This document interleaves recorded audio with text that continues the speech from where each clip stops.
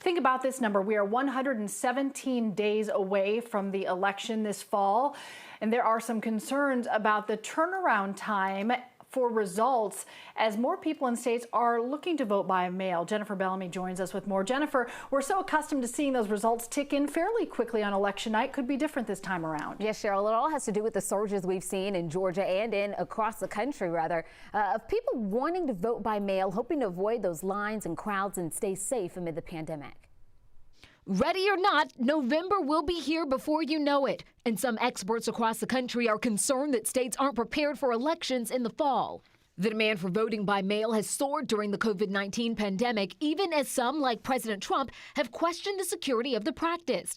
The growing number of people wanting to cast their ballots without physically heading to the polls creates issues like backlogged results. The Elections Project at the Bipartisan Policy Center warns of long waits for race outcomes if elections workers can't begin counting votes until after polls close. They've called for expanded voting by mail and increased curbside and early voting.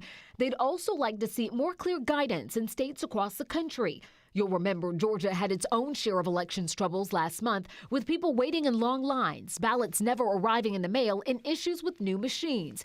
The Secretary of State launched an investigation into Fulton and DeKalb counties over the mess. Fulton is already working towards solutions, partnering up with State Farm Arena and the Atlanta Hawks to hold voting at the venue, calling it the largest voting precinct ever in the state. But beyond problems at the poll could lie the trouble of the results themselves.